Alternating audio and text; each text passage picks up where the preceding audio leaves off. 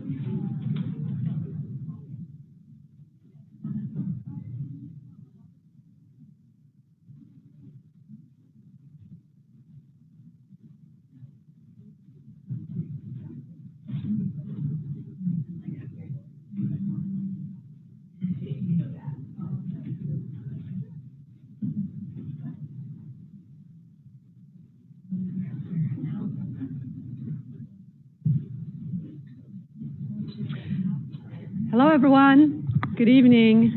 I'm sorry we're starting a little bit late. Thank you so much for being here for our PhD information session open house. Just going to kind of run down through what our agenda is going to be, and then we kind of can get going into the presentations, okay? Can everyone hear me? Pretty good?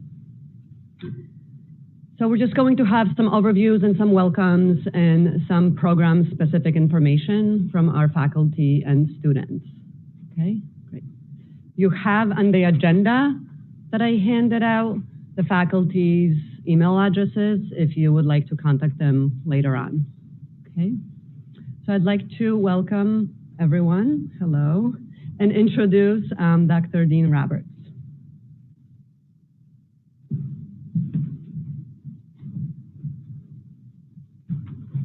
Good evening, everyone. And on behalf of our Dean, Ayman El-Mohandes, and the entire CUNY Graduate School of Public Health and Health Policy, I'm thrilled to welcome you all here, whether you're joining us via the live stream or right here at our Harlem campus. We're excited about the overwhelming interest in our newly minted PhD programs. Since we began our PhD program in the spring of this year, our applications to the program have exceeded the previous year's applications to our doctoral program by more than 40%. And 80% of our existing DPH students have opted to join the PhD program. So by hearing from our PhD program directors and students, current students in our program, and then having the opportunity afterwards to interact with them or to ask questions via the chat online, I hope that you will leave this evening with all of your questions and perhaps all the information that you need. And if not, that you'll stay in touch with us to make sure that you do have all of your questions answered. I don't want to take up any more of your time. I'm also happy to see a few familiar faces. So those of you who've been a part of the School of Public Health or its previous consortial campuses, welcome. And again, I'm going to turn things over. We have a very busy agenda, and we're so happy to have you here. So thank you for coming, and I am hoping that all of you will stay and get to know each other a little bit better as you interact with our faculty and students. Thank you. Thank you. Okay, so I'm just going to give you a little bit of an overview of the CUNY School of Public Health. How many of you are familiar with CUNY in general? Great, I love it. So we are part of the CUNY family, but this is our only campus. We used to be at 4 different campuses at CUNY, and the doctoral program used to be part of the Graduate Center, but it is right now, it is just here at the CUNY School of Public Health, and this is our campus. So So we have 4 floors here, 5, 6, 7, 8. You're on the 7th floor in our auditorium, in our biggest classroom. But we are looking to expand a little bit. This is our campus, so you wouldn't be taking courses anywhere else other than here at this specific location. As you know, of course, because this is why you're here, we have 3 doctoral programs, and they're really quite different, and obviously you'll hear about them in a little bit. But we also have 5 Masters of Public Health programs, 3 Masters of Science programs, and 3 certificate programs.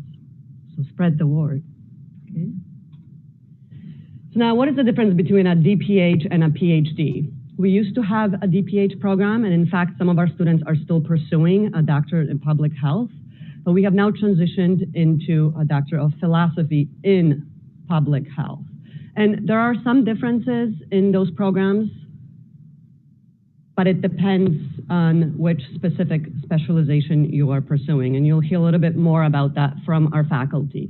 But pretty much the DPH is a terminal advanced degree that leads to careers in leadership and also research and teaching, whereas the PhD is more oriented towards kind of the scientific and research areas, as well as academia, but not always. We have faculty members who have a DPH, as well as many who have a PhD. Okay. We are very flexible. We have a very flexible schedule. We are here for you. Most of our students work at the same time as they're pursuing their PhD or their DPH degree. And this is really what the mission of CUNY is, right? We are here to serve the population of New York City. And a lot of our students, most of CUNY students in general, work or take care of family members while pursuing their undergraduate or graduate careers. So our courses are in the evenings, mostly from 4 to 10 p.m. And that will depend on which courses you're taking, whether or not it'll be at 4 p.m. or at 6 or 8 p.m., right? And they're only Mondays through Thursdays. There are no Friday classes and no weekend classes. We do have some online courses in the PhD program, although they're very limited. So we cannot complete the PhD entirely online. It's not an online degree. Most of our students take 2 courses per semester. And that's what we advise students, that if you're going to get into the PhD program and pursue it for a number of years, be ready to take at least 2 courses per semester and have that time commitment. If you have any questions while I'm talking, just go ahead and raise your hand. Okay? We can wait a little bit later for questions as well. So a little bit more about our current students. We usually accept about 5 students into our specific disciplines. So like I said, we have 3 disciplines in the PhD program, and we accept about 3 to 7 students per year. Right? So they're small cohorts, but that's great. Small means that you have access to faculty, that you're really doing research. It's not a very big program. And like I said, most of our students, 98% of them work while pursuing their doctoral degree. And because of that, they attend part-time, and it takes them about 6 to 7, maybe 8 years to complete their PhD. We do have some students who attend full-time, and that takes about 4 to 5 years. But obviously that depends on how quickly you're doing your research and your dissertation. And that brings me to the dissertation component, which is very time-consuming. And it's something that a lot of our students spend a lot of time on. And if you are working, you have to make sure that you speak with your employer, make sure that they understand that this is a big time commitment for you. Okay. So this is a lot. I'm not going to go through all of it, but this is just a sampling of where our doctoral students are currently working, where our alumni, students who have graduated from our doctoral program, are working. And you'll see it's a variety of different places. And it obviously depends on whether or not they were doing something in environmental sciences or health policy. It varies. It goes from for-profit to nonprofit to academia, obviously research of any kind as well. And our faculty will be able to tell you a little bit more about those specific concentrations and where their students work. Just a little bit about tuition. It's on our website, it's on our Bursar's website, but it's kind of broken down at what level you're at and whether or not you're taking courses and which kind of courses you're taking. just kind of to give you an idea, we're CUNY and we are affordable because of that. Speaking of affordability, we do also have some funding for our doctoral student, but it ranges. Depending on what type of a fellowship someone receives, they could receive anywhere from $5,200 to $27,000 a year in a stipend on top of in-state tuition remission. But we pay that stipend when you work for us, either when you're teaching, being a TA for a class, or you're doing research with our faculty. And so there are some work requirements. In addition to the Dean's Fellowship, we also have departmental fellowships that also provide some funding and some in-state tuition. Okay. So now, how many of you have already started the SOFAS application? Okay, that's great.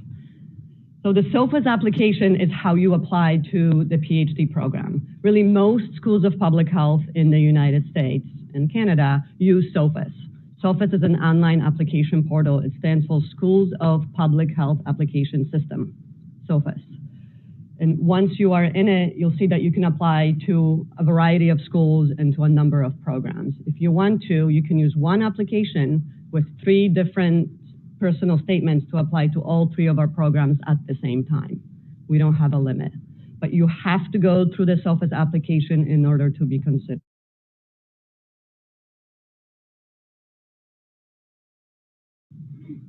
And the deadline is December 15th. It's kind of a lengthy application. It takes a long time to fill it out and to get all of the components together.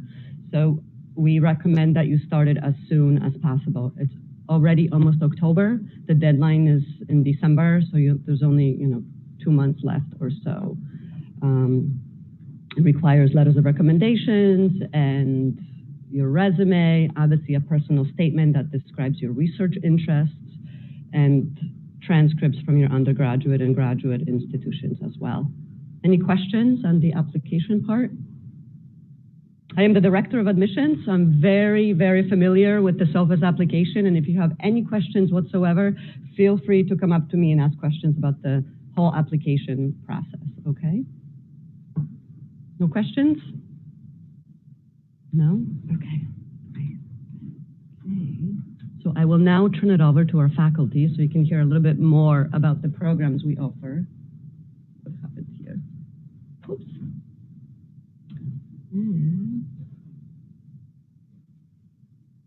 And I will welcome Dr. Plichta.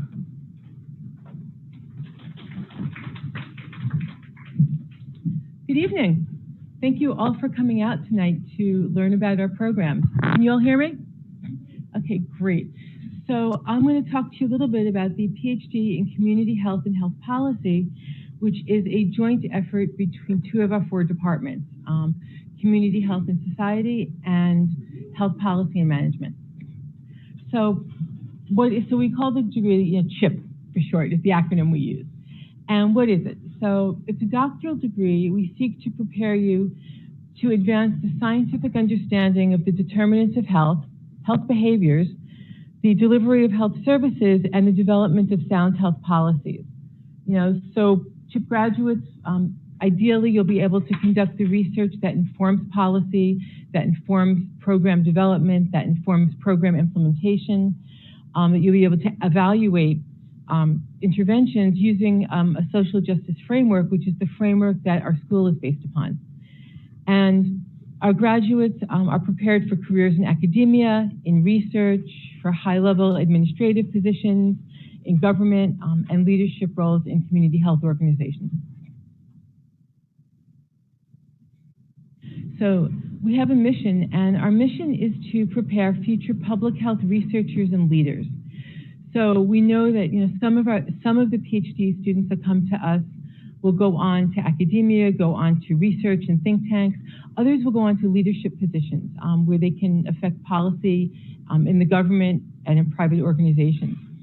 Part of our mission is to teach our students, to teach you to use theory-based approaches and scientific methods to advance social and behavioral determinants of health, the delivery of health services, and the development of evidence-informed health interventions, programs, and policies through a social justice lens. So a lot of your coursework is learning how to develop and evaluate things from a social justice and evidence-based framework.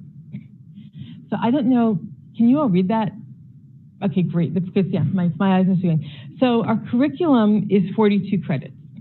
So there's a core curriculum, which is foundations of public health knowledge, biostatistics, public health perspectives on science, and qualitative research methods with applications to urban health. And that basically gives you your scientific toolkit from which you can go out and produce and evaluate things from an evidence-based framework. Then there's social and behavioral dimensions of health theory and methods, advanced community health interventions, cities and health. We have a seminar in health policy, a class of public health economics. And then you pick 5 courses because your doctoral students, you're probably coming in with an area that you want to focus on. And so you would work with your advisor to pick a set of 5 related courses that will help you to get deeper knowledge in the field in the area that you want to dive into and go further. At least one of those courses has to be another methods course because we really want to send you out strong. There's a teaching experience requirement. There are a number of ways to fulfill that. You work with your advisor because many PhD students go on to academia. We want to send you out there competitive for the workforce, competitive with teaching experience under your belt. There's a qualifying exam and a comprehensive exam. The qualifying exam is after the core courses to make sure that you've got a strong grasp of the material. The second comprehensive exam comes at the end of all your coursework, right before you start the dissertation process. And then, of course, there's dissertation supervision. And that's the part where I think things get really interesting. So I wanted to talk to you a little bit, and I'll be over at the table, about the different institutes and programs we have here. One of the things that's really exciting about coming here is that there are a number of institutes founded by CUNY faculty that offer lots of opportunities for students to work with them. So we have, if you're interested in food policy, we have the CUNY Urban Food Policy Institute, and 2 of the faculty associated with the CHIP program are directing it. And this institute is all about informing municipal policies about equitable access to food. They have a number of funded projects. They have a number of students working with them. We have a Center for Immigrant, Refugee, and Global Health that's run by Professor Jim Sherry, and they serve as a hub for implementation science to really understand transnational politics and look at the global issue of refugees and immigrants. We also have a number of students working with that center. There's 2 more centers. And the second 2 centers, I'd like my department chair is here. Hi, Professor Terry Wang, and he is actually the PI and the head of both of these. One is the Center for Systems and Community Design, and the other, which I'll talk a little bit more about, is the NYU-CUNY Prevention Research Center. Both of these centers are funded, have multiple projects going on, and have a number of students working with them, and a number of students have published papers working with faculty. So the Center for Systems and Community Design, through partnerships and methodologies, seeks to reframe health problems, unpack complex issues, and create a network, essentially public health entrepreneurs that can approach problems in a fresh light. To look at solutions that are community-centric. That's another thing that that underlies probably a theme in all our courses in our program, is the idea of partnering with community and being community-centered and community-centric. The NYU-CUNY Prevention Research Center implements, evaluates, and disseminates community clinical linkage interventions to reduce cardiovascular disease in disparities in New York City. And a little bit more about that, the NYU-CUNY Prevention Research Center, sorry, and please, Terry, if I get something off, tell me. So, it's funded by the CDC. It's a network, a national network of 26 university-based programs, research centers. The co-PI here is our own department chair, and its mission is to advance scalable community-level clinical intervention models to improve access to care and to reduce chronic disease. We're looking through these disparities among hard-to-reach and socially disadvantaged populations. You can see a bit more about the goals, and there's two core research projects now. One is the evaluation of New York Health Justice Network, and the other is the Harlem Health Advocates Partnership. Again, this is another center that has a number of students associated with it. Another major program I want to bring your attention to is a study run by the Department Chair of Community Health and Society. And this is Together 5000, or T5KED. And in this study, Professor Grove is following a U.S. national cohort of vulnerable men to improve HIV prevention and care. So it's a multi-year national study addressing HIV prevention. And again, this is another study in which a number of our doctoral students work. A number have published with Professor Grove as well. One of the things that, when I first, was setting up to do this presentation, I had sent out an email to all the faculty, tell me what you're doing with students, because I wanted to be able to share it with you. I got so much back that I couldn't put it on a slide. I kept trying to put it on slides, and you would be looking at several slides of nothing but publications. So I decided that was really boring. But if you do want more information about the kinds of articles our students have published, I would be happy to share that with you after. And our doctoral student alumni. So while the PhD program is new, the Doctor of Public Health program that we established was about 9 years old. And that program, the students who graduated from it have gone on to be assistant professors, senior research analysts, senior directors at major healthcare centers, directors, assistant and associate commissioners, the New York City Department of Health, and directors of international organizations. So we have a really nice alumni network now.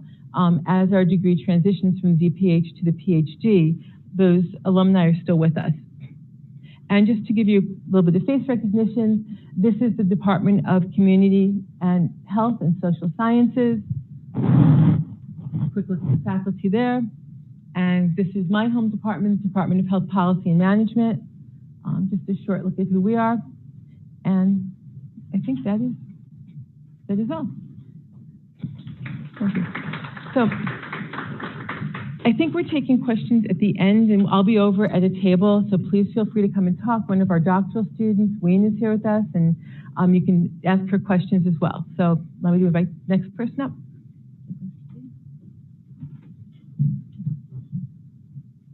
That's right. We'll have a Q&A panel after all of the a little bit later on. Okay, so it's my pleasure to welcome Dr. Solomon. Just going to pull up her presentation. Here we go.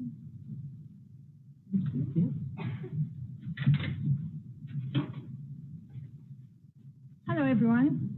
Thank you very much for coming today. And my goal is to give you some information about our new PhD program in environmental and planetary health sciences. And just to give you an overview of our new program that incorporates planetary health. So I thought that I would introduce you to the concept of planetary health. How many of you have heard the term planetary health? One Health? All right. So that's why I thought I would explain it to you. So our environmental health, we all know our exposome and all the environmental exposures. Well, the planetary health takes into account that we have our health science, that we all know that the regular systems that we talk about, the body systems, and how it interacts with the environment, all the natural and physical sciences in agriculture, in ecology, environment, in ocean and soil, and our urban planning, particularly here in New York, and water sources. All these together interact with our health sciences, and this is where the intersection is what we refer to as planetary health. We always know that we affect our environment, and the environment affects us. So we thought we incorporate the planetary health in our research, and I will show you an example of one publication as we go through. And as we talk about environmental health, every everything around the environment affects us.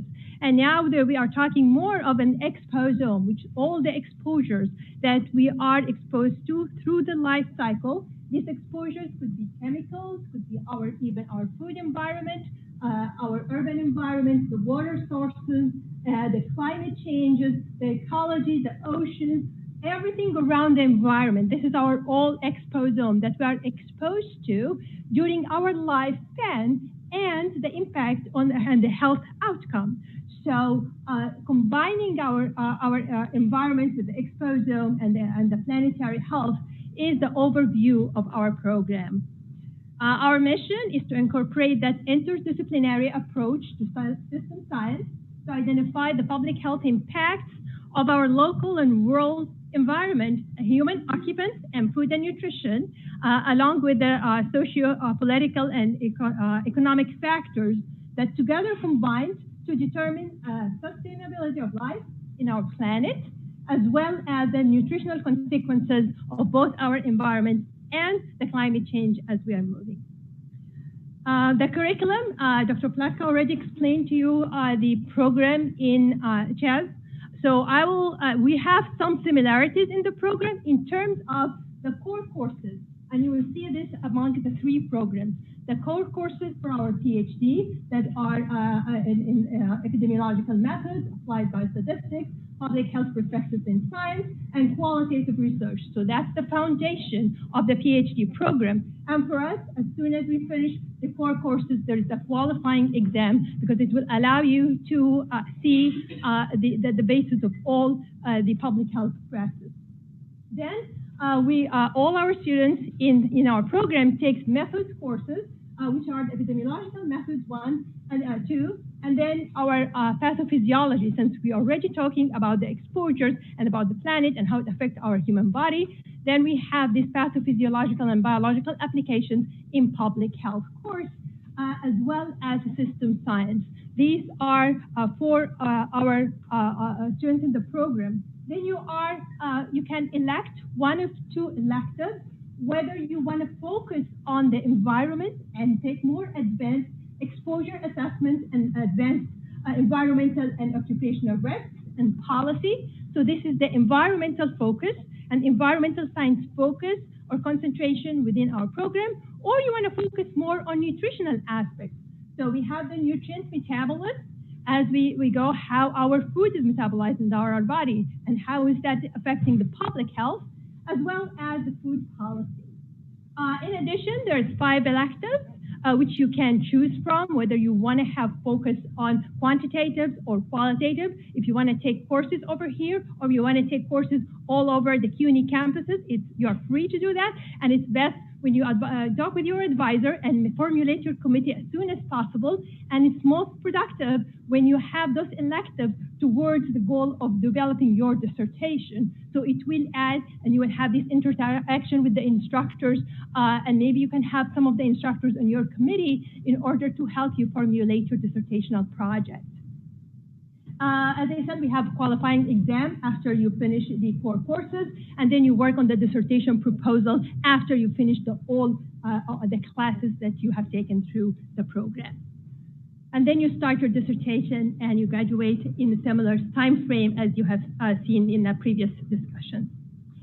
So our graduates in our older DPH program, as you know, we just merged into a new PhD. So our previous graduates were from the Doctoral of Public Health. They went into academia. Some of them were faculty members in Hawaii and in California State. Some of them went in environmental consulting or in private practices in environment-based programs. As far as the job opportunities, once we expanded, there are opportunities in academia, in state, federal, local Department of Health, the WHO, and they have been here just this time of the year. Nutrition consultants, some of them work also in the NGOs and healthcare industry. This is our faculty. These are the full-time faculty in our department. We also have adjuncts, and we also have faculty from other departments that work with us. So I thought briefly to introduce you some of the research that we are doing some of the faculty are doing. Of course, it's not comprehensive, but just a snapshot of what we do, and also a snapshot of what our graduates and what our students have been doing. So one of the areas, Dr. Mary Schooling, she's our department chair. Her specialty is epidemiologist by training.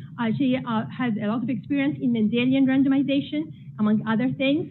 And her recent work has been related to both environmental and nutrition aspects. An example of the Mendelian randomization studied the role of linoleic acid in asthma and inflammatory markers. And she has published 50 papers in Mendelian randomization. Another example of her work on diabetes, which is one of the prevalent chronic health problems, and impact of glycated hemoglobin and the risk of hypertension. And this is among other several studies on randomization studies. So this is one example. Another, that a lot of collaborative work, our faculty work collaboratively, so we always have that. If we talk about environment and exposures and exposome, there is a lot of collaboration. So for example, here's Dr. Glenn Johnson. He's an associate professor in our department. He works in the GIS, as well as statistical methods. And Dr. Jean Grassman, she's an associate professor, and she is an expert in environmental health, together with Dr. Brian Pavlonis, who is also in occupational health and interacts with our faculty. So one example of publications that the geospatial characterization of soil mercury and arsenic at high altitude in a gold mine in Bolivian. Another example of collaborative work between our faculty is Dr. Elias Kaboris. He is professor in our department in environmental health, and he has been collaborating with his colleagues also at Harvard and at Alabama. This is an example of the recent publications assessing the electronic cigarettes and e-cigarettes emission, linking the physicochemical properties of brand products, e-liquids, and favoring additives using puffing patterns. Again, this is another example of working on an e-cigarette and the effect of the environment on our health. Some of our faculty also work in nutrition. My specialty is nutritional biochemistry. Dr. Karen Flores, she's also one of our faculty in nutrition in our department. She published a lot of work in health disparity among minorities. One of several papers that he has published, but again, I'm focusing on more recent ones, is the double burden of food insecurity and obesity among Latino youth, understanding the role of generational status. And she's been working a lot in minorities and in church-based settings as well. My work in several areas. Here's an example. We're looking on one of the lutein and zeaxanthin, which is a type of beta-carotene that is present in and its level in placenta and maternal dietary factors. Another more biochemical papers in the Journal of Biological Chemistry, looking at the phosphorylation, which is a way of turning on a lot of genes and activating a lot of genes by phosphorylation on a specific protein called mammalian target of rapamycin that's downstream of insulin signaling, but is really comprehensive in terms of it regulates signaling inside the cell and turn on glycolysis, turn on the cell cycle as well. And again, part of our interdisciplinary work, Dr. Andrew Maraca, he works collaboratively with a lot of faculty. He's another star in our GIS program, where he looked in the association between the country level, the county level safety net treatment, access, and opioid hospitalization. And as I said, he works interdisciplinary, and it's part of our mission of our program. So he works with Dr. Shane Haley from the Department of Health Policy and Management, and Dr. Kadia Waika. She is also in epidemiology, so you can see here the interaction. Another example of this collaborative work, working with the Department of Community Health, Dr. Meredith Manus and Dr. Andrew Marocco, among others, also Dr. Marilyn from the Community Program, as well as Dr. Chris Palmetto, also from community programs. So this is an example of how we work between interdisciplinary approaches. Because of the nature of our program, looking at environmental health and planetary health, it makes a lot of sense for us to be collaborative among different disciplines, looking at the different angle of the puzzle. And this paper was building community partnerships, the role of schools in public health. As Dr. Pletka has mentioned, our centers. So one of the centers that fits directly into our nutrition, and a lot of our didactic interns, for example, intern in the Urban Food Policy Institute. And here's that's part of the farming and urban farming. Professor Professor Nick President, as well as Professor Kevin Nevin. I'm sorry.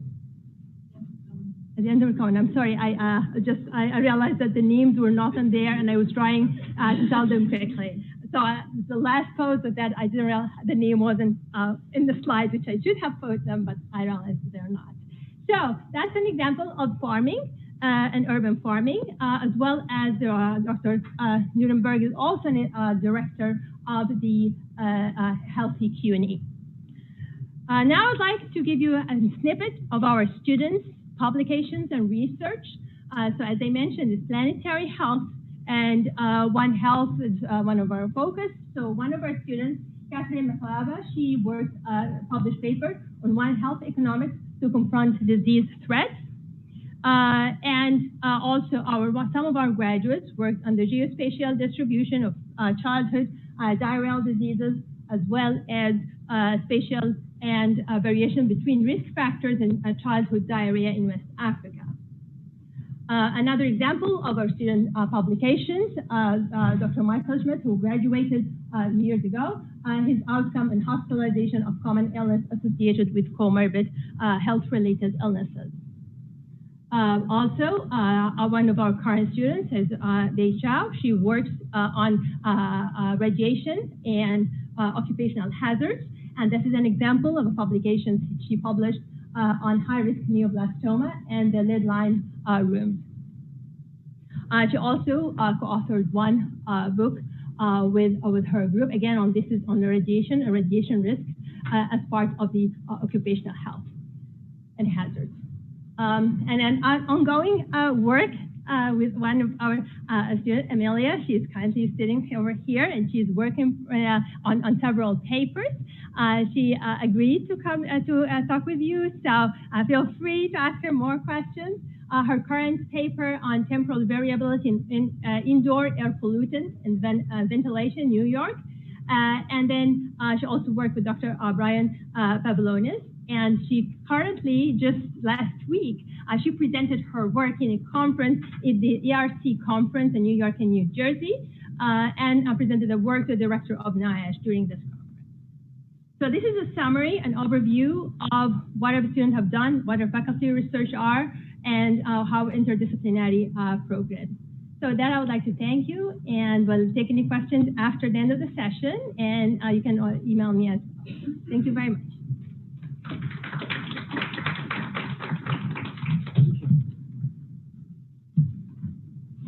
So I'd like to welcome Dr. Jones, who will present on the epidemiology program.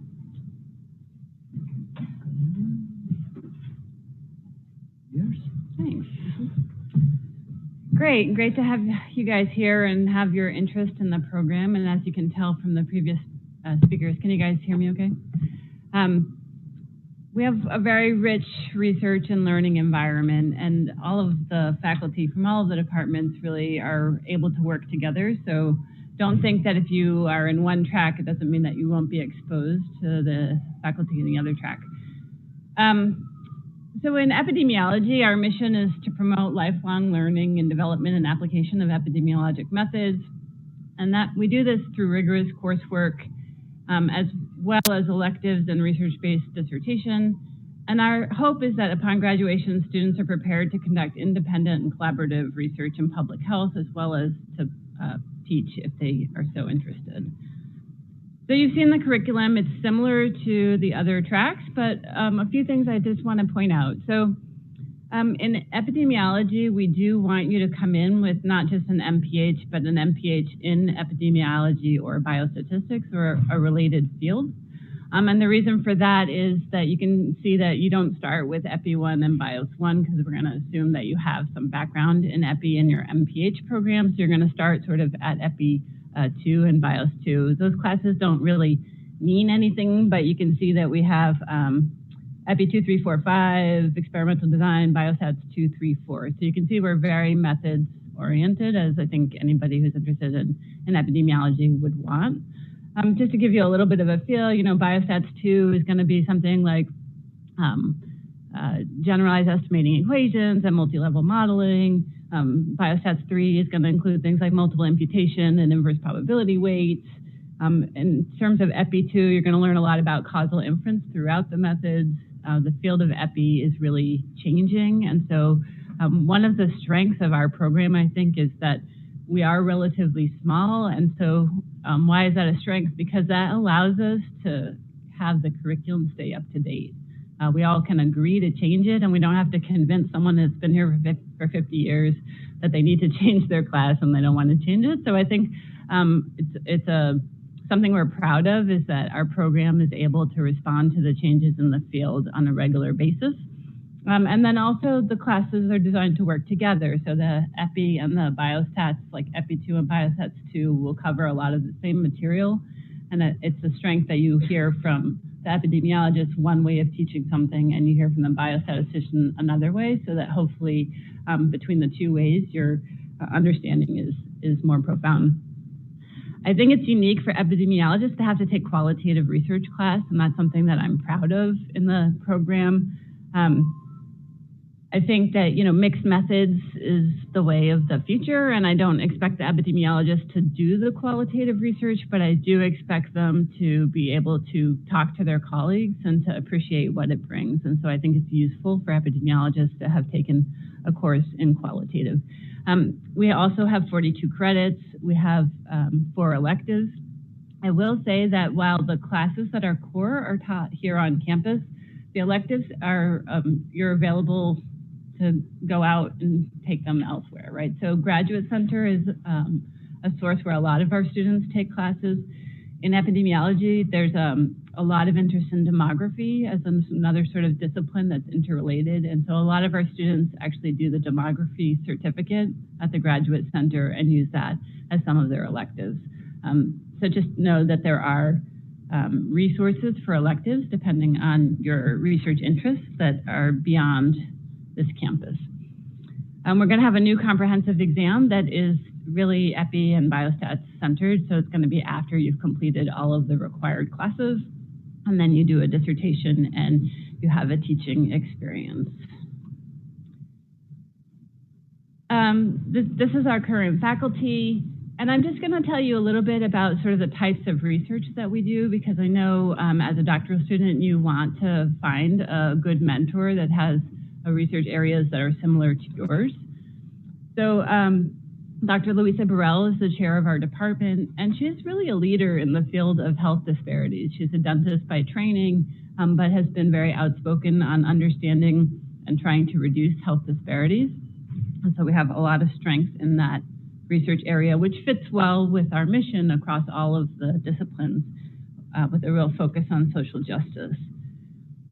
Professor Dennis Nash is another of our faculty who's really been at the forefront of implementation science. And so you've heard a little bit about centers and institutes at our school. And again, these are across all of the departments. Dennis Nash runs the Institute for Implementation Science and Population Health. And so a lot of our students in EPI have had opportunities to work on his projects there because it's interrelated. Historically, he's focused a lot on HIV. There's more work around opioids and hepatitis C that's going on there as well. We have faculty that have interest in infectious diseases. Professor Kelvin has done a lot of research around neurocysticercosis, which is like this parasite that gets into your brain, pretty horrifying. She's also done some research around self-testing for HIV among truck drivers in developing country settings. Shang Li has sort of at the forefront of systems thinking and infectious disease modeling. So he's done sort of modeling around how do you get vaccines to effectively prevent new flu infections, and is expanding to looking at chronic conditions. So we might think about modeling for obesity and try and look at what are some built environment factors that may affect obesity. Professor Levi Waldron has a lot of interest in cancer metagenomics and the microbiome. I've been collaborating with him a little bit on the microbiome, which is sort of a new expanding field where we're trying to understand how all of the bacteria and fungi and all these things that exist within our systems might actually impact our health. And so the statistical approach, which is what he specializes in, you can imagine is really different. It's a new form of big data where you have thousands of data points because you can look at all of the types of bacteria in your body, and then you have to try to determine what characteristics might be associated with health. And I could go on. I'm not listing all of them, but it's just to give you an idea. And I would recommend that if you're applying to the program, that you look at the faculty and see that you can imagine who you might want to work with, that they have similar research interests to yours. Professor Kazuya Waika has done a lot around psychometrics, and including working very closely on the World Trade Center registry.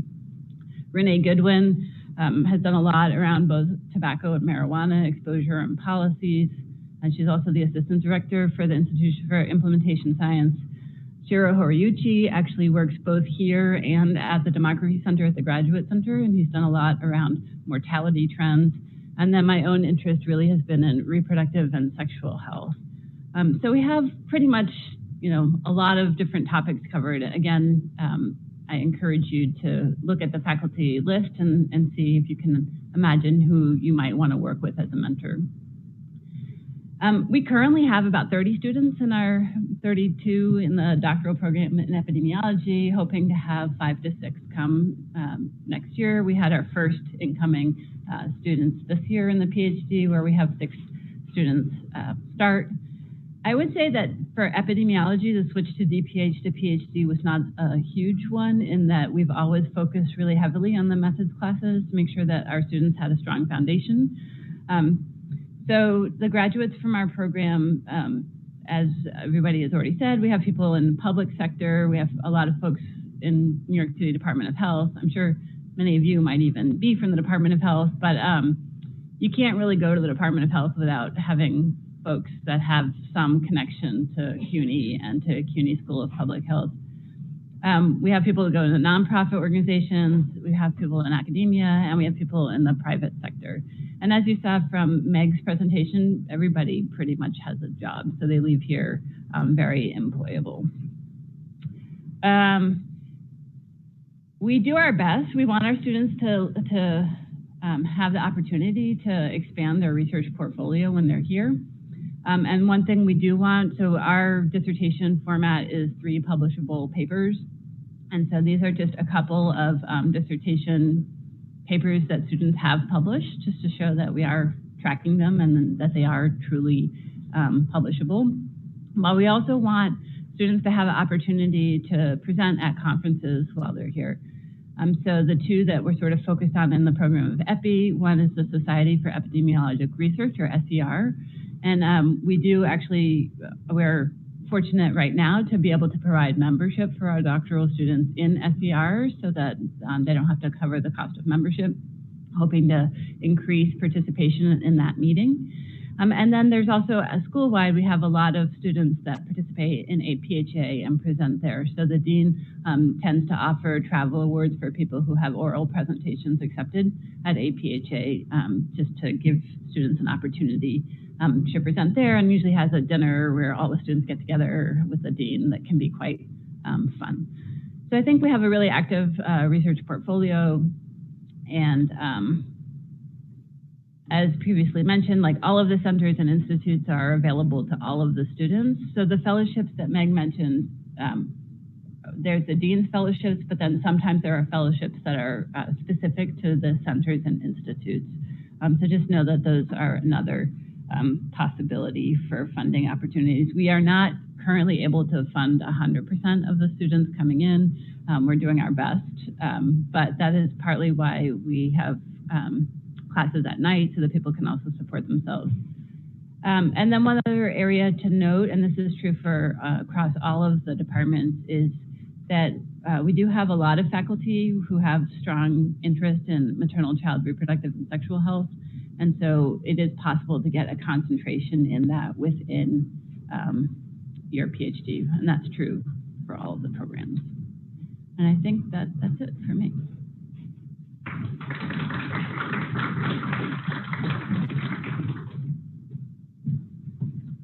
Okay, great. How are we doing? Good. Okay. So this concludes the presentation portion of our event. So we now want to hear from you. We want to hear your questions, your comments, anything else. We have a panel of faculty, of students. Students are a great source of questions and answers, and me. Who would like to start? Easy. I'll start. Are the GREs really required? Do I have to take the GREs? Yes, you do. I'm going to answer my own question. Yes, you do have to take the GREs. We recommend that you, if you haven't taken them, that you prepare for at least 3 to 4 months. Not every day, not 40 hours a week or anything crazy, but it is an exam that's time-consuming to prepare for. Okay? Yes, great.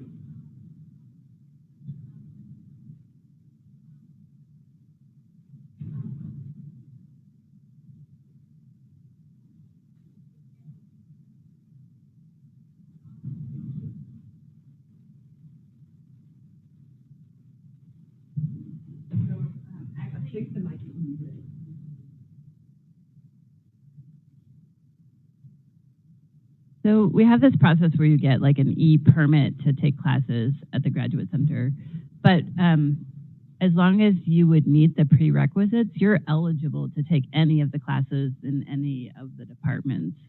I will say that the ones in epidemiology that our students have taken tend to be in demography and sometimes in sociology or in gender studies. So it might be, departments have to give preference to the students in their departments, especially if it's like a required class. But there's no reason from our perspective why you couldn't take any of them.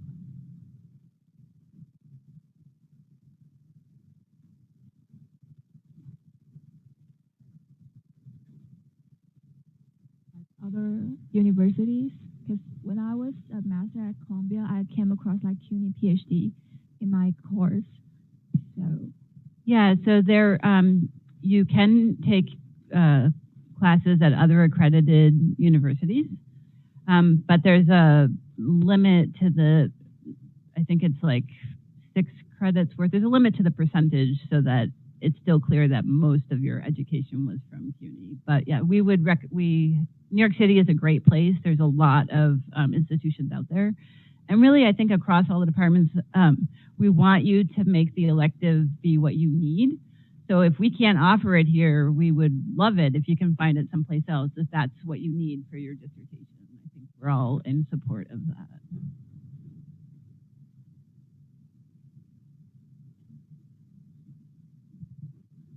So what's the attrition rate? How many people start the program?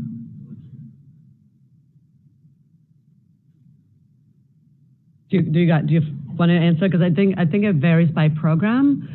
I don't have the actual numbers right now because it does vary by program. But my understanding is that most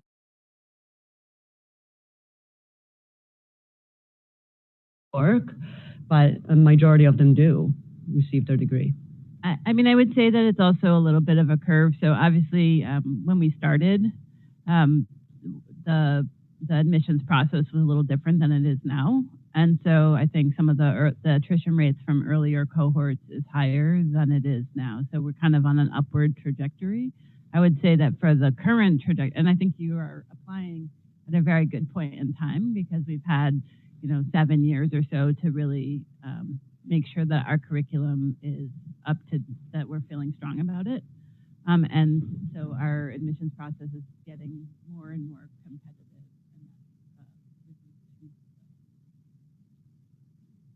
Right now it's quite good, but if we were to look at it from the beginning, we probably had not a great attrition rate. And so what was the reason to switch from the DRPH to the PhD?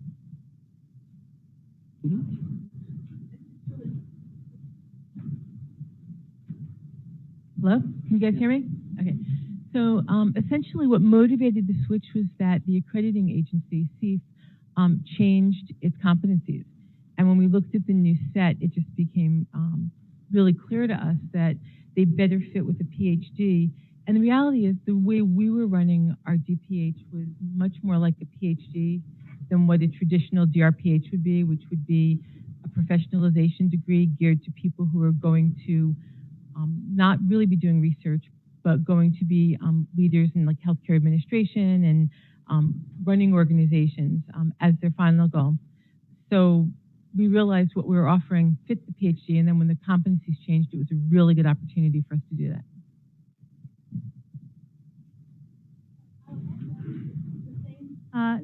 Now it gave us an opportunity with CHHP changing their criteria. It gave us an opportunity to work our competencies to what fits best our programs and what fits best what's going on and the changes in our environment. For us, for example, in environment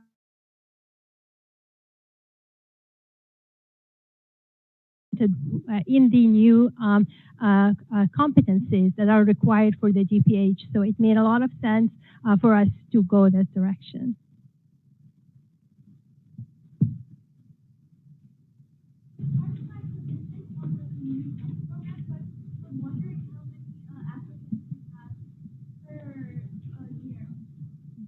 Meg, all right, so Meg, you probably know that more than how many applicants does did the CHIP doctorate have? Sure. We have about 50 applicants, I would say, 50 to 60, depending on the year. And then so from those, we get about 5 to 7 who actually come into the program. Obviously, most of them are not admitted into the program because we are looking for our PhD program to be quite small, right? We're not going to admit everyone who applies or everyone who necessarily even fits the criteria or has the minimum requirements. To add to that a little bit, part of what we're really looking for is somebody that we can match to a faculty member, because when you're getting a doctorate, the most important part of what you're doing is that mentorship and the one-on-one experiences that you'll get with your dissertation chair and with the other members of your committee. So it's important to us that we admit people who have interests that match the interests of the people we have here so that we know at the beginning they'll be a good fit. Okay, hello? Okay, good. Yes, so to follow up on that, are your faculty members pretty open to like emails and things like that, to just reach out to them prior to like being admitted to the PhD program? Absolutely. CUNY has always been student-centered. That is, basically, the core of what a CUNY education is. So our faculty are really responsive. Awesome. Yeah, actually, and that would be a great idea, because when you are writing your personal statement, it makes a big difference for us that you reached out to the faculty, you have some sort of match, and you would like to pursue someone, working with someone in our faculty. So it will also help you, think what you want to do, how you want to pursue it, and that would be reflected in the personal statement, which is, part of our holistic application review, is that we want to make sure that you are successful. We want to make sure that we can match you with the perfect faculty. We want to make sure that you also did your homework and you see this is where you want to go. You are making a commitment for the next 5 years, and you want to start thinking about the research. Even though you are not starting from day one in the research, it will be a great start where you can, this is the area that you want to go to. You start talking with the and it will help us in the decision how the best fit for you and for the department.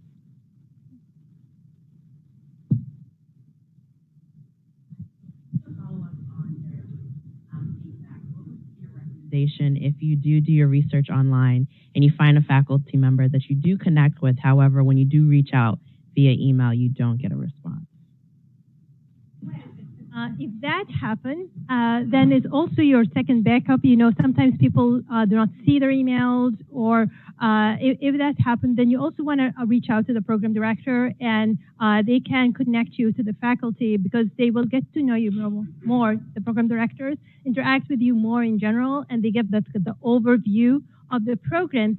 They can reach the faculty and connect you with the faculty and schedule appointments with you with the faculty, and that will help in just helping you formulate your ideas. So sometimes if you didn't get a response right away, then also reach your program director, and they will connect you to the faculty that you want to connect to.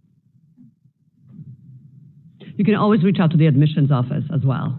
Yeah, we're here to help you connect with a faculty member or a current student or an alumni if you have specific questions.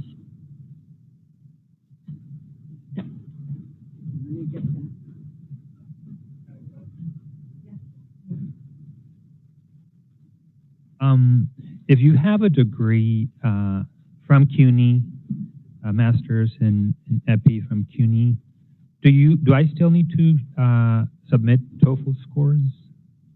You do not. I do not. You do not. What about transcript evaluation if my bachelor's was in a non-English speaking country, but my master's is from the States? So we require both transcripts, both your undergraduate and your master's transcript. And so it sounds like one of them would need to have that WES evaluation and the other one is just a CUNY. Yeah.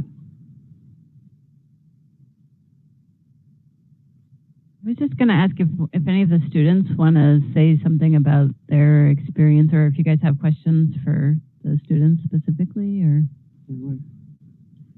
I had a question about, like, specifically for the EPI program, the kind of feasibility of doing that program as part-time versus full-time, because I mean, I did my MPH in EPI, and as a full-time student, it took a lot of my time. So just wanted to see how it was feasibly to do that part-time. So I'm just going to tell you about the program, then I'm going to let the student tell you from the experience. But we allow students to go part-time or full-time. For us, part-time is 2 classes and full-time is 3. We don't really want people to do one. There's sometimes life happens and you might have to have a semester where you could only take one, but in the long run, you never build up the momentum for the program, and so we really are looking for people to commit to doing at least 2 or 3. But I'll let you talk to the student in terms of how that is in real life. I did go full-time, which was, at least, I think it was always 3 classes a semester. And then sometimes you could do electives, or I could do electives in the winter or summer, depending on the class. But in terms of like work-life balance, and I worked full-time as well, in terms of the balance there, you're doing 3 classes and you're working full-time, so it does feel like, to be honest, it feels like a lot. You know, your nights and weekends are coursework. And I came like into the program like from working full time, so I think that was sort of another jolt to the system. Was like getting back into the flow of being a student and like having to do homework. But one thing that I thought really helped was actually having like a small cohort that I was sort of like going through it with. And they were all also working full time, and that just made it a lot more bearable to like, make sure you could like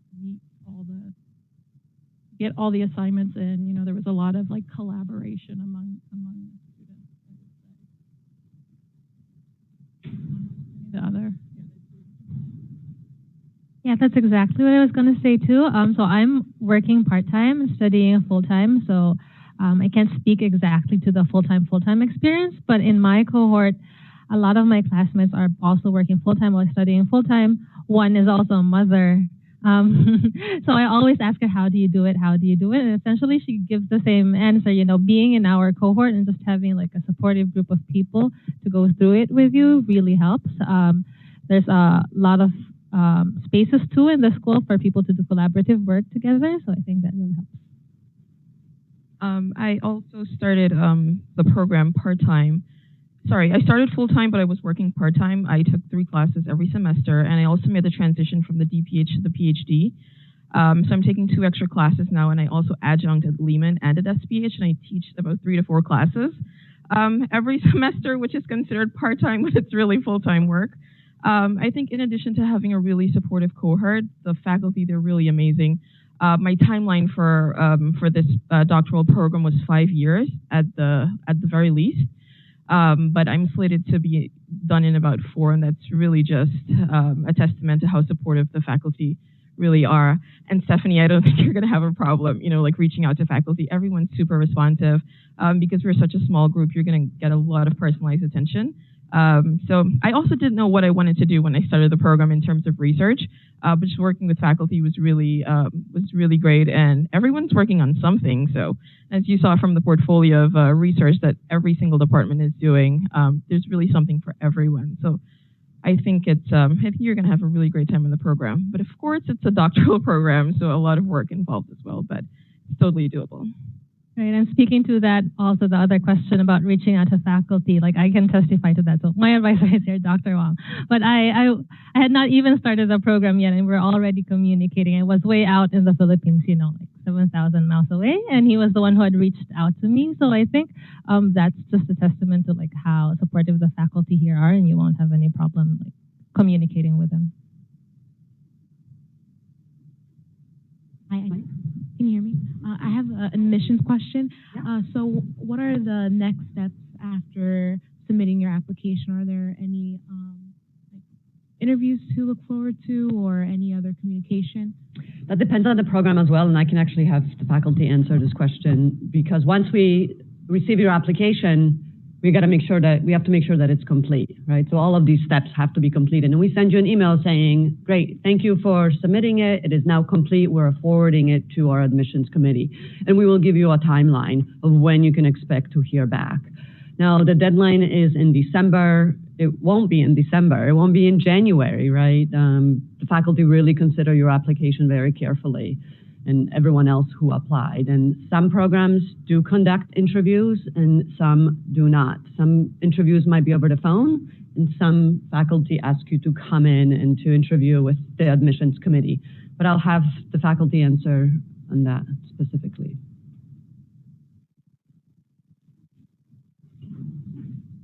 Yes, Facebook, great. We have 2 questions from Elena. Is there a target score or range for the GRE to be considered? And is your PhD fully accredited? PhD is fully accredited. Our entire school is CEF accredited. So we are definitely an accredited school, and all our programs are. The GREs, that question I can answer, but the faculty can answer as well. And my answer to the GRE question is always, the better you do, the better your chances, right? So aim to do as well as you possibly can. There is no minimum, however. Just going to add a little to that. So first, in EPI, we do interview all of our incoming students, and part of that is because we take a holistic approach to the application. And I think that's true for all of us. So GREs is just one piece of information, but we do look at the whole application. In EPI, obviously, we're kind of looking at quantitative skills because that is an indicator of how much you like to work with numbers. So we are going to look at that, but it's not going to make or break, it's going to just be another piece of information. And I will say that we are paying attention to the broader discussion about GREs and their inherent biases and trying to think about, whether it makes sense as a program. So we are aware of those, and we're still asking to do them, but we do look at the entire application. I echo that.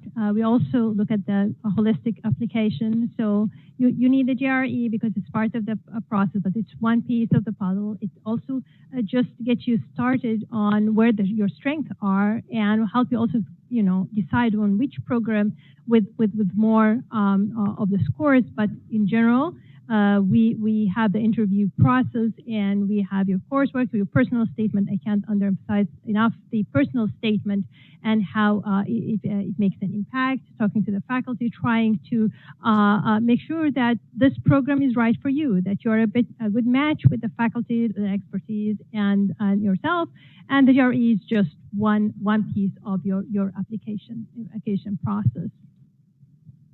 So we're really similar to the other programs in that we look at the GRE, again, as part of the student's whole picture. We do interviews. Our interviews, you'll meet several faculty members because the interview is for the student, the potential student as well. So it's your chance, if you're invited to an interview, to also ask us questions and to get a feeling for who we are. And then it's our, and then we talk, we ask you questions as well.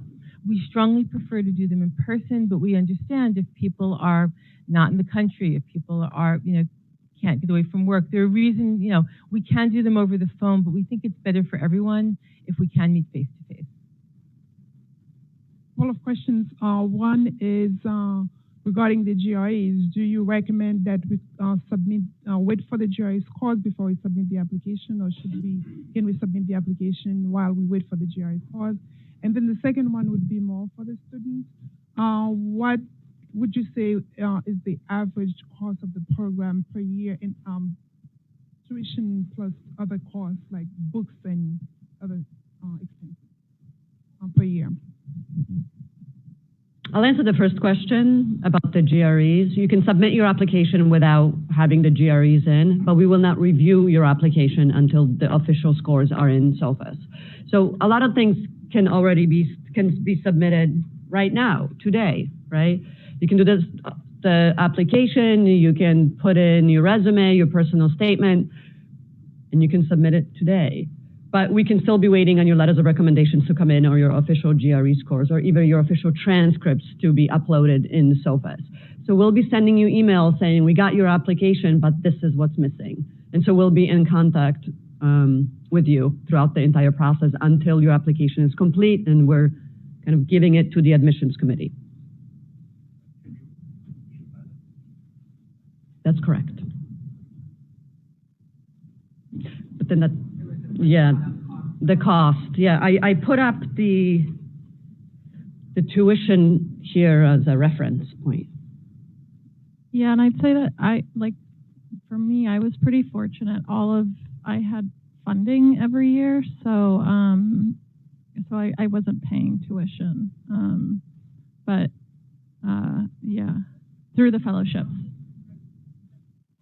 You know what? Actually, I think for the most part, instructors are really good about making sure that if you need a textbook, it is affordable. I feel like that's something they put in their syllabus. Like, this textbook you can get online here. You can download it here, or you can get it for $50 on Amazon. I don't think I ever spent more than $50 on a textbook. Right, and for for readings or research that you need to look up, CUNY has access to journal articles for free. And the Graduate Student Association also gives a lot of funding for professional development, for going to conferences, for publication. There's a lot of opportunities. So it should be, believe me, I'm very budget conscious, but it's doable, yeah. Wasn't sure if your question, speaking about, was it beyond tuition, the cost you were talking about? So,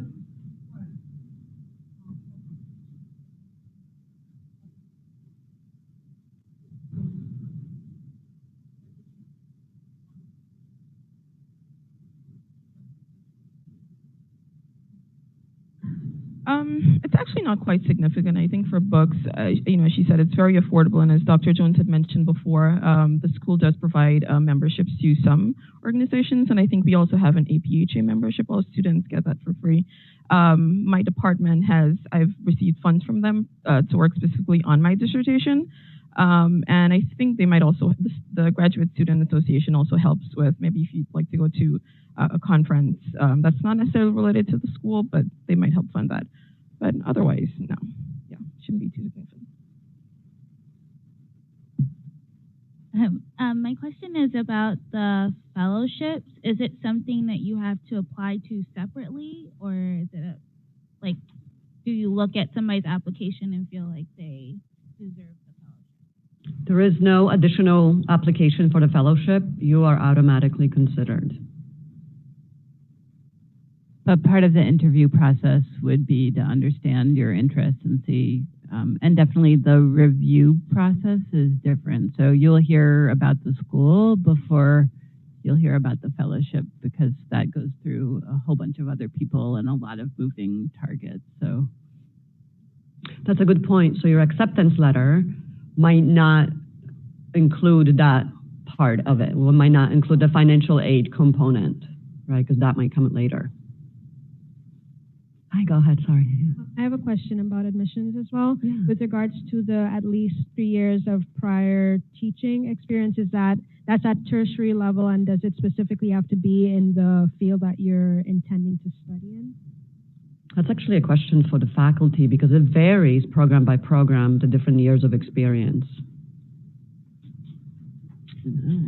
I think mostly we're looking for public health experience. I think that's probably true across all of the programs.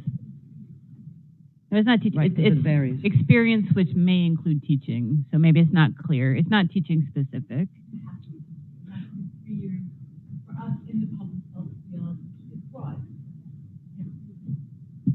So we still want experience in public health. The teaching is not really required, and we will give you an experience in teaching. Actually, it's part of our program that you have 1 semester teaching or other ways that you fulfill this capacity to teach someone else. But it's generally experience, work experience, where you want to do public health, why are you committed to that career. This would just give us an idea of where you want to go and what you've been before. Again, also volunteering experiences would add to that experience as well. It's community service. It's something that you have done on your free time. It also adds to the depth of your application.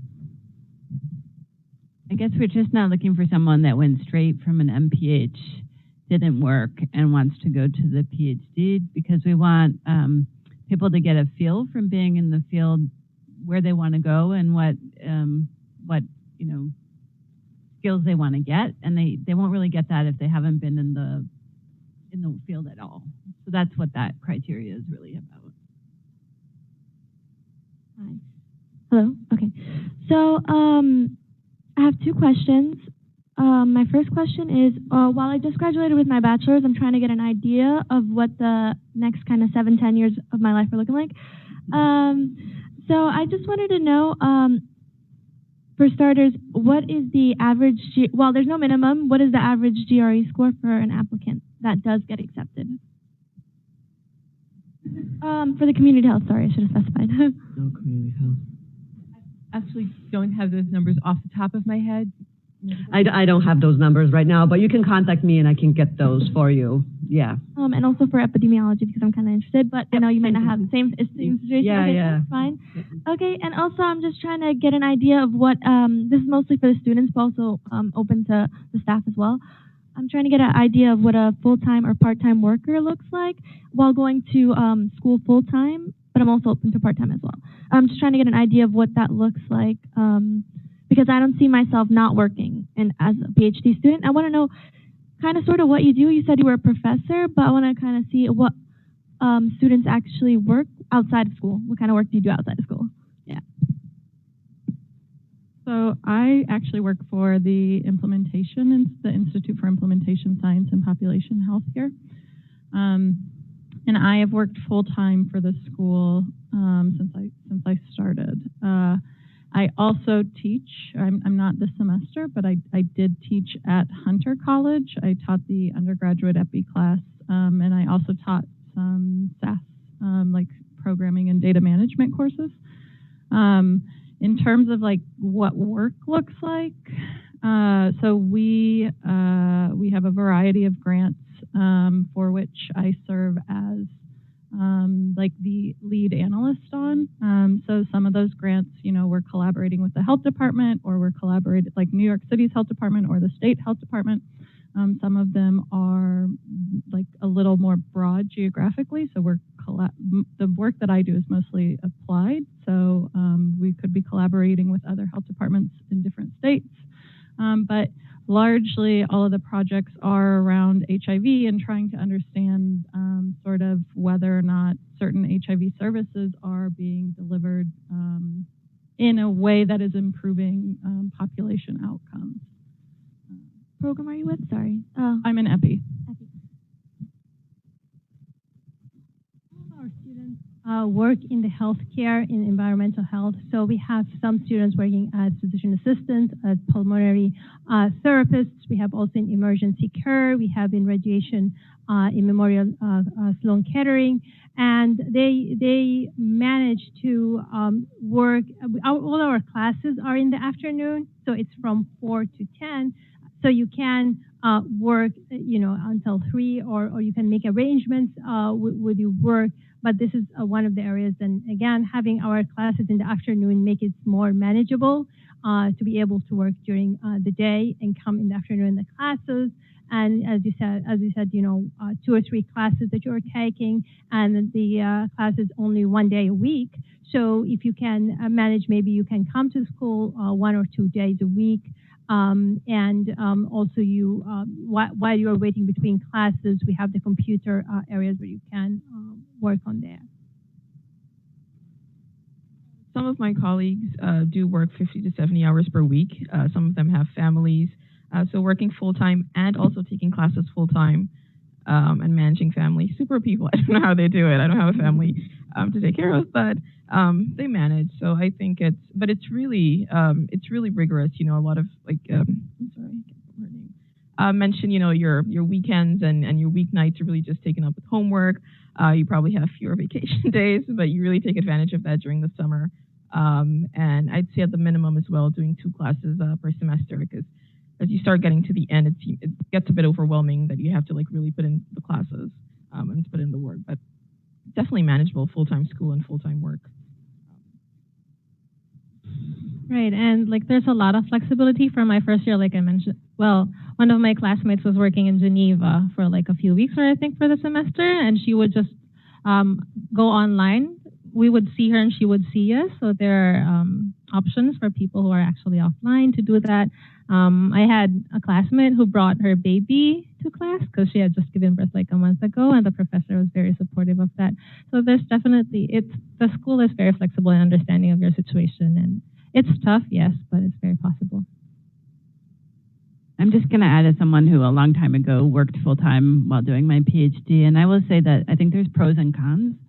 And I think, so I know you guys are nervous about the con side, but I'm just going to give a little bit about the pro side, which is I think that when you're in the field and you are learning something in class, you can apply it the next day at your job in a way that you can't when you're not in the field. And so I thought that my learning was a little different from some of my colleagues who weren't working, because I could imagine instantly how that applied to my day-to-day job, which is something that I really appreciated. I think from a teacher perspective, having all these people that are working means that there's a lot of experience in the classroom that enriches the conversation in a way that, again, I don't think we would have if people didn't have that work experience. So as a teacher, that fact that people are in the field and working actually makes my teaching more interesting and exciting. And I feel like I'm working with the next generation of people in the field. So again, I see that as a pro. At the end of the day, I found that sometimes I had more time than my colleagues. And why was that? Because I was super structured with my time management, and it wasn't optional. So it was Wednesday night, I'm reading these 2 articles. Thursday, I'm doing but I had built in free time. And I found my colleagues who had more free time, sometimes they squandered it a little bit. They sat there thinking I should be doing this, but I'm not. And then at the end of the day, they didn't actually take free time or study. So I will say that depending on your personality, having structure can also sometimes work to your benefit, in that you don't, it's like I said, it's not an option. Today is a day that I can work on my dissertation, so I will. It's not like I can put it off till tomorrow. I don't know if other students had similar experience. I was just going to add that it's also important, like the school is supportive, but I think it's also important that your work is supportive of your studies. So just make sure you establish that beforehand, that they're supportive of you studying. Because I remember some of my classmates, you know, when final exams would come, they'd take a day off from work to study and review, and their workplaces would allow that. So just clear that up with your employer first.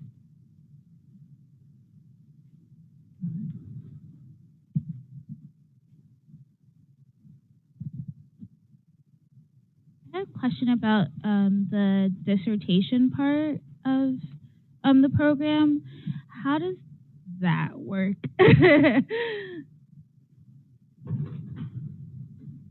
Yeah, I think that's a good question because you do see like some students like just getting to a point and then not having not having an idea about where they want to go. I would say that in my very first year in the program, I was really thinking about what I wanted my dissertation to be. And in my case, I actually like happened to read an article and was just sort of like, oh, we should do this in New York. Like, what if I made this my dissertation and like sent it to my supervisor? And for me, that's sort of how the process works. So like by the end of my first year, I had sort of a very broad idea about what I wanted to do. I think like the more challenging part of the dissertation process for me was then like just because the data sets I was working on and because of like my full-time job was then like trying to carve out the time when I would be doing my work versus the time when I would be doing my dissertation. But yeah, I don't know. Community health and health policy. Anyway, for community health and health policy, part of, it's a structured process. So at the end of all your coursework, you take what we call a comprehensive exam, but this is a written exam that's in part focused on an area that it's not precisely your dissertation question, but it's the topic around it. So you have an opportunity to really dive into the literature, to really explore the topic as part of the process. After your comprehensive exam, you would hopefully have a fairly good idea of what you wanted to do for your actual dissertation, what your research questions were. And so you would find a faculty member to be your chair, and you really work in partnership with your chair. So you develop a dissertation proposal, and then you have to defend that proposal to your committee. So there's checks along the way to make sure that you're going in the right direction. And so then after you defend the dissertation proposal, then you move forward to actually, to data collection, your data analysis, and to writing the dissertation. So that's the structural part of it. So for us in environmental health, we try to match you with a faculty member who we think in the beginning that would be your research mentor, if you will. And we encourage you always to try to start as early as possible because you can think with your mentor about ideas. As you take classes, you come up with ideas. And then when you get to your committee as quickly as possible because you want to take the electives in an area that promotes your dissertation work. So you want to have that, built in the back of your mind as you are taking your courses and as you think what you want to do in the next 5 years and you come up with an idea and you talk with your mentor, along the line you start having ideas, you start working with the committee, then you take the electives that will guide you to this way until you finish all the courses, then you really have a good concept of what you want to pursue and you had the skills and the methods that will allow you to do so. So it's an ongoing process. So I'm actually in the process of working on my dissertation. And I think something I didn't mention before was that even if you're not sure what you're doing or what you want to do for your research, the faculty, they're really proactive. So as time goes by and you take more classes with your professors and they get to know you better, sometimes they'll reach out to you and say, hey, I'm working on this project. Is it something you're interested in? Just to really get the ball rolling, because they're not going to wait until, year 5 or 6 to approach you. It's really year 1 or 2. So my academic advisor is actually now my dissertation chair, and we work really well together, and he's really great, which is Dr. Brian Pavlonis. So I took a class with Dr. Christian Grove, who I don't think is here, But a bit of his advice was that, when you start working on your dissertation or just really anything that you're doing, any of your courses, so that you're not burnt out on the weekends, or you write for 2 hours. And I've actually found that really, really helpful. So if you've got some free time during the week, just put in some work so, you can do something really fun in your weekends. And because burnout is real. And, especially in the first year, I think it becomes so overwhelming, especially if you're a full-time student, you have a family, and there's so many things to do. And if you haven't been in school for a while, it really is a shock to the system. So it's really important to practice good time management and to be really disciplined about it, because it's really going to take a lot from you. But it's also a really fun process.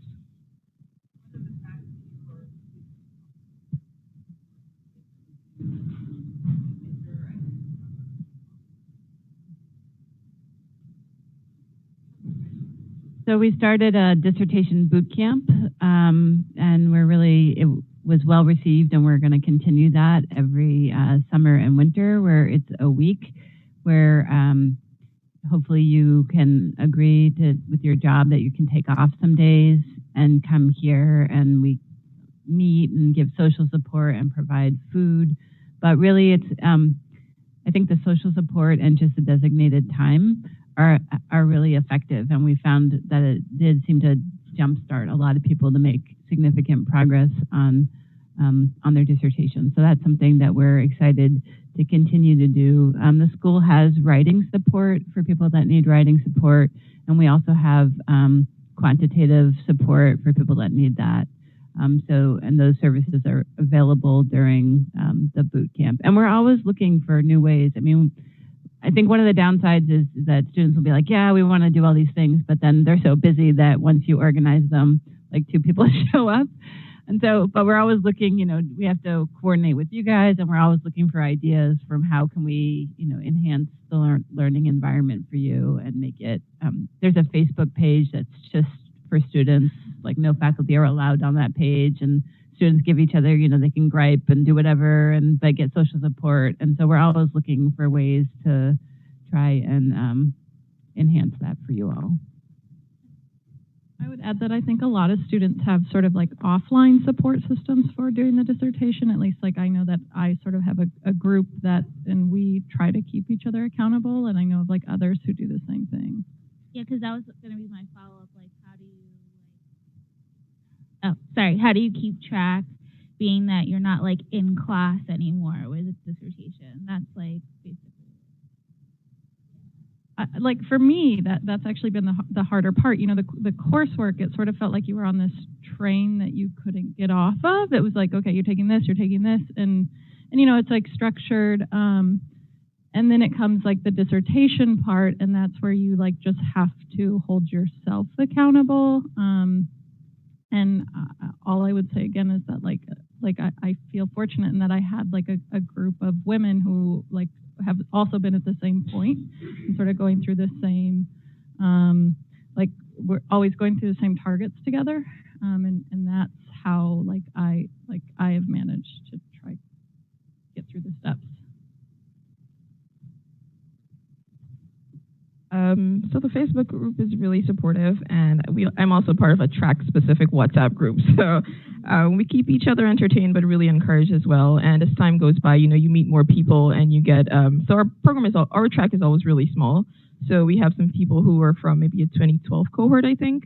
So just like really pushing them as well, to get out of the program and to continue their lives or start their lives. Question in the back, yep. If you already have a subject when you was doing your MPH and you want to build on it, is possible that they accept if you want to do your doctoral? So can you repeat the question? I already have a work on a subject when I was doing my MPH. So if I get the chance to get to the program, is it possible that I can build on that subject? Do you want to continue research that you started in your MPH program? Is that what you're... Yes, if I can, I already do the research about that subject, but for me, it's not finished. Yeah. So if I'm doing my MPH, I can build on that subject. Yeah, for sure. A lot of students come in with research interests already and their own background in that.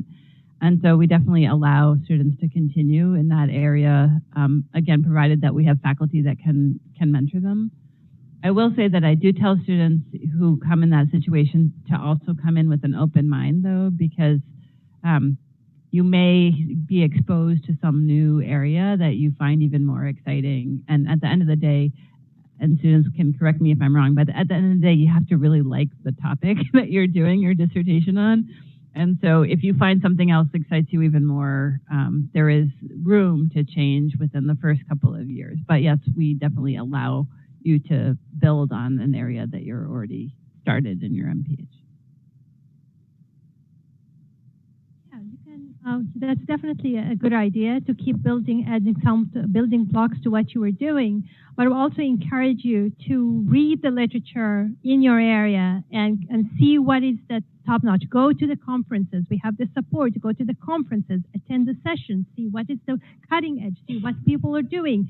Continue to have this open mind. Use the classes to learn the new methods and tools that will help you with building your new dissertation. Because at the end of the day, when you graduate, you want to have something new. You want something that would help you to get the job in your next area. So you want to make sure that you are following the literature and you are having an open mind that you can continue in what we're doing, but adding more parts of it and use the courses that you're taking and the electives to add depth to your areas of research. And use the faculty, use your colleagues, use every new step, everything you learn. Go to the grand rounds, get more ideas, incorporate it in your own area, and see what will best help you formulate your research project. So that's my advice.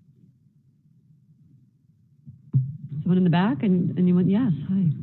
I have a question for people coming in that don't have an actual master's degree in public health, but have a master's in even doctoral work, for example, in healthcare administration. Is it beneficial to sort of maybe start looking at the core courses that you guys describe at the master's level and sort of, it's too late for fall, but like maybe start enrolling in January and kind of knocking those out? And how is the application process considered while those details are pending?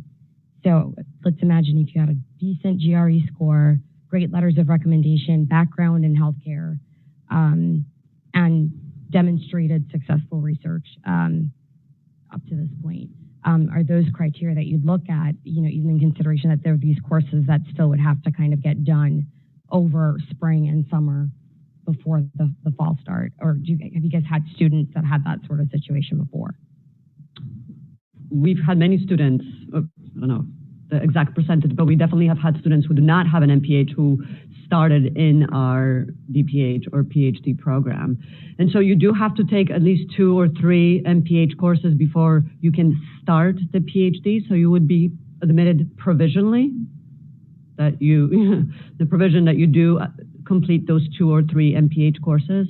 And then in your first year of your PhD study, you would complete the 5 core MPH courses. So you would already have that foundation in public health in your first semester of a PhD.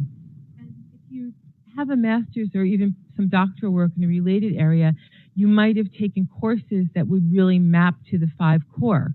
And so that would be something that you would have a discussion with the doctoral director of whichever department that you're applying to, because there might be more matchup than you would think. We have some questions from the Facebook chat. So this is directed at the doctoral students. What was your dissertation focus? And when in the timeline did you hone it? Could you share the process? Repeat the second half of that question. This comes from Natasha. To the doctoral students, what was your dissertation focus, or is your dissertation focus? And when in the timeline did you hone it? Could you share the process? Okay, so as I mentioned before, I really didn't know what I wanted to work on. I have a background in environmental science. I have an MS. So I took the core classes at Hunter before I came here. So I really wasn't sure how much time I'd be spending on my dissertation because I wasn't super focused on what I'd be doing. But I started last summer and I'm slated to be done by the end of next year. So I'd say about 2 years, 2.5 years. So it really depends on what you're doing. I'm also collecting primary data, which I think really cuts into the dissertation process if you're working with secondary data. But you really shouldn't take comfort even if you're working with secondary data, because accessing that data sometimes takes months. So it's really important to get that, get that part of the process started. But I'd say about 2.5 years. But you really should start as soon as possible. So if you're coming in with research ideas, that's really great. Just find a faculty member who's working what you're working on and get it started. Right, so I'm still in my second year. I'm still doing coursework. I haven't gotten down to like the actual dissertation work yet. So this is something that always gives us anxiety when you're in your first year and people ask you, what's your dissertation topic going to be on? And you're like, oh. So generally the first year is all going to be very broad. Right now I'm in a second year, and like just yesterday I had like a meeting with my advisor and we started talking about, he referred me to like different avenues in the university or with different professors, because he wants me to like be exposed to the different things within my research interests so that I can start formulating my focus this year. So first year, you sort of just have a broad research interest. Second year, that's when you start talking to different faculty members, looking up different methods, and hopefully by the end of the year, I guess you'll have an idea of what your topic will be.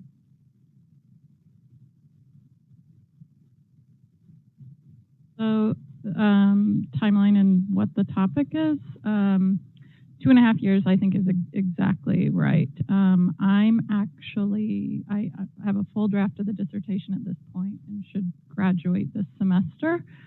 In terms of the topic, in my case, I was using secondary data. So I was using HIV surveillance data at New York City's health department and trying to estimate how long it takes a person to get diagnosed. So the time from when you seroconvert to when you get diagnosed, and then sort of on down sort of the other like care continuum. So starting treatment, getting virally suppressed.